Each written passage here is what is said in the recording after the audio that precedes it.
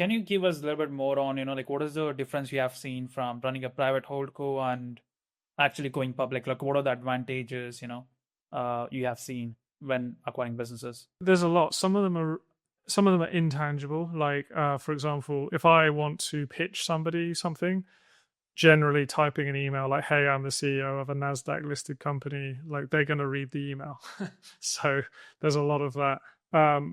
Or you want, not only are they going to read it, they're more likely to say yes because there's prestige, but there's also transparency. There's corporate governance. So for me, I live in Taiwan, but I have an American company and we do global business. Sometimes people are like, "What?" And I'm English. So like, why is this English guy living in Taiwan trying to buy my business and he wants to pay 30% of the money later? Like, am I ever going to see that money?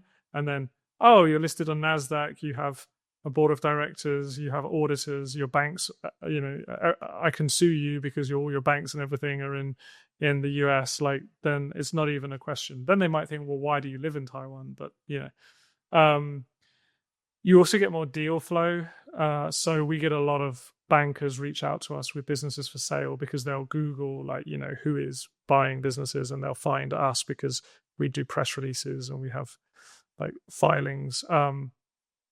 Usually, one of the advantages, which I didn't really think, is it actually warms sellers up to, like, I don't have to come to a seller and say, "Hey, I want to pay 4x for your business," and worry that they're going to say, "Oh, I thought you would pay 8x."